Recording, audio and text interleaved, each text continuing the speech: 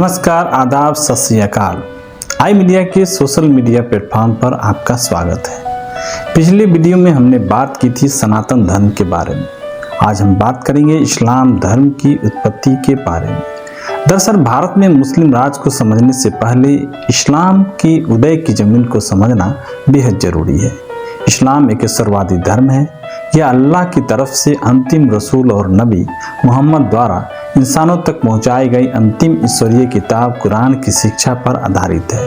Fact file की इस कड़ी में हम इस्लाम के विभिन्न पहलुओं पर, उसकी उत्पत्ति पर और भारत में उसकी पैठ पर बात करेंगे। इस्लाम शब्द का अर्थ है अल्लाह को समर्पण। इस प्रकार मुसलमान वह है जिसने अपने आप को अल्लाह को समर्पित कर दिया, यानी कि इस्लाम धर्म के नियमों पर चलने लगा।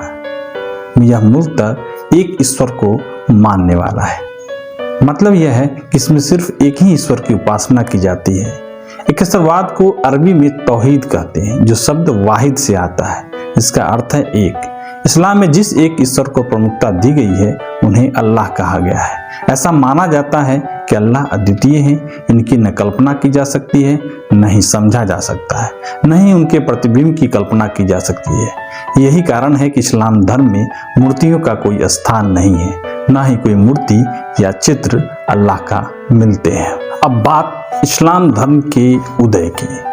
इस्लाम धर्म के प्रवर्तक पैगंबर मोहम्मद साहब थे। मोहम्मद साहब का जन्म 570 ईस्वी में अरब प्रायद्वीप की मक्का नामक नगर में हुआ था। उनके पिता का नाम अब्दुल्ला तथा माता का नाम अमीना था। वह कुरैशी कबीला से संबंधित थे। बचपन में ही उनके माता पिता की मृत्यु हो गई, जिससे उनका पालन पोषण उनके चाचा अब्बू तालिब ने किया। अनाथ होने के कारण उनका प्रारंभिक जीवन सुख सुविधाओं से वंचित रहा। पहले तो वे बकरियां, ऊंट चराया करते थे। बाद के समय में धीरे धीरे अपने चाचा के साथ व्यापार करना भी शुरू कर दिया। व्यापार में ही उनका संपर्क खदीजा नामक एक महिला से हुआ। वह एक विधवा थी, पर आर्थिक रूप से बेहद संपन्न और धनवान थी।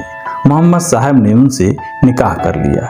एक समृद्ध सौदागर बन गए। लौकिक सुख सुविधाओं की सारी वस्तुएं उन्हें सुलभ हो गई। हालांकि वे इनकी अपेक्षा धार्मिक चिंतन की ओर ज्यादा प्रवृत्त हुए। मक्का के समीप हीरा नामक पहाड़ी में एक गुफा में बैठकर वे ध्यान लगाया करते थे। ध्यान करते हुए मोहम्मद को एक बार जिब्राइल के माध्यम से अल्लाह का पैगाम मिला कि वह सत्य का प्रचार करे। यहीं से वे पैगंबर के रूप में विख्यात हुए।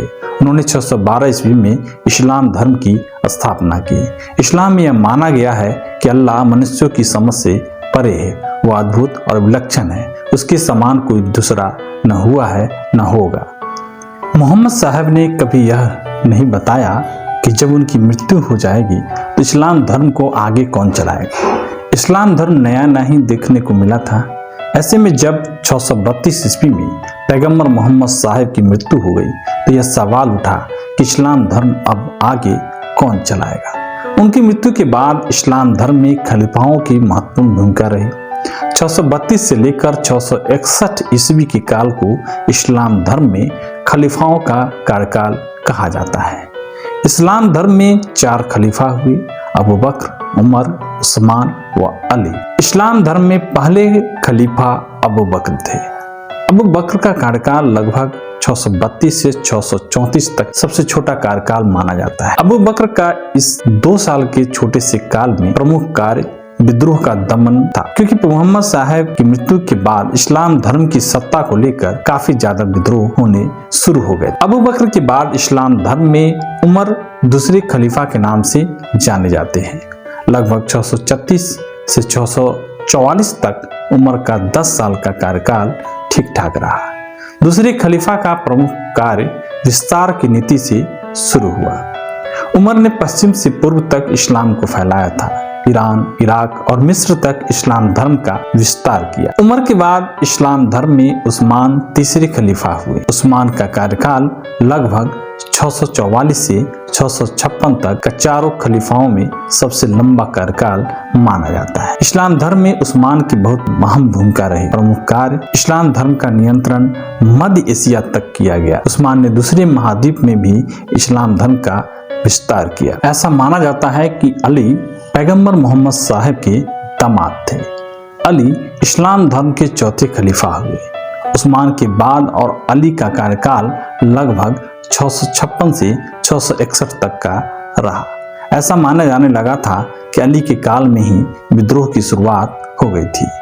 अपने कार्यकाल में अली ने 2 युद्ध लड़े। अधिकांश मुसलमान यह मानते हैं कि खलीफा का पद मोहम्मद साहब के परिवार और बिना परिवार से संबंधित दोनों व्यक्ति पा सकते हैं। उन्होंने चारों खलीफाओं को एक मत से स्वीकार किया था, लेकिन कुछ प्रतिशत मुसलमानों का यह मानना था कि खलीफा सिर्फ मोहम्मद साहब के परिवार से ही संबंधित हो सकते हैं। उनका मानना था कि खलीफा, जिसे वह इमाम भी कहते थे, स्वयं भगवान के द्वारा आध्यात्मिक मार्गदर्शन पाता है।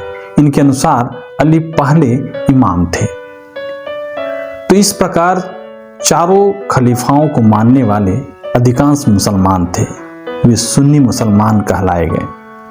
जो आंशिक मुसलमान यह मानते थे कि पहले खलीफा अली हैं क्योंकि वे पैगंबर मोहम्मद साहब के परिवार से संबंधित थे, वे शिया मुसलमान कहलाए। वर्तमान में इस्लाम इन्हीं 2 शाखाओं में विभाजित रूप में विश्व भर में व्याप्त है। इनके मध्य परस्पर संघर्ष और वैभाव हमेशा से ही रहा है। शिया और सुन्नी मुसलमानों के मध्य 680 ईस्वी में खलीफा पद प्राप्त करने के लिए एक युद्ध हुआ जिसे करबला का युद्ध कहा जाता है। जिस दिन यह युद्ध हुआ, इस्लामिक कैलेंडर हिजरी संबत के अनुसार उसी दिन सुन्नी मुसलमान एक त्योहार मनाते हैं जो मुहर्रम के नाम से विख्यात है। प्रारंभ से अभी तक लगभग 40 वर्षों तक खलीफा का पद अरब में ही रहा, लेकिन अली के बाद करबला का युद्ध हुआ जिसके परिणाम स्वरूप खिलाफत का पद सीरिया की राजधानी दमिश्क में चला गया। सुन्नियों के अनुसार चौथे और शियाओं के अनुसार पहले खलीफा अली के बाद उसका पुत्र हुसैन खलीफा बना। इसी बीच सीरिया के एक शासक खलीफा पद प्राप्त करना चाहता था। उसने शिया मुसलमानों के जरिए संदेश भेजा कि वह अली के पुत्र हुसैन से मिलना चाहता है।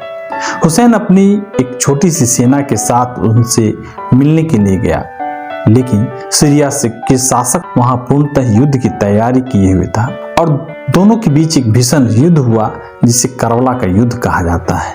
यह युद्ध 680 ईस्वी में लड़ा गया था। बगदाद के शासक ने धोखे से हुसैन की हत्या कर दी। जैसे ही हुसैन की हत्या का समाचार सुन्नियों को मिला, वे शियाओं पर भड़क उठे और उनके प्रति आक्रामक हो गए। सुन्नियों का कहना था कि अगर शिया मुसलमान हुसैन को वहां नहीं भेजते तो हुसैन की हत्या नहीं होती। इसमें निश्चित ही शियाओं का हाथ था, किंतु शियाओं का कहना था कि हुसैन की हत्या के पीछे उनका कोई हाथ नहीं है तथा हुसैन ही हत्या का हमें भी दुख है। इसलिए शिया मुसलमान भी मुहर्रम को सुकून मनाते हैं।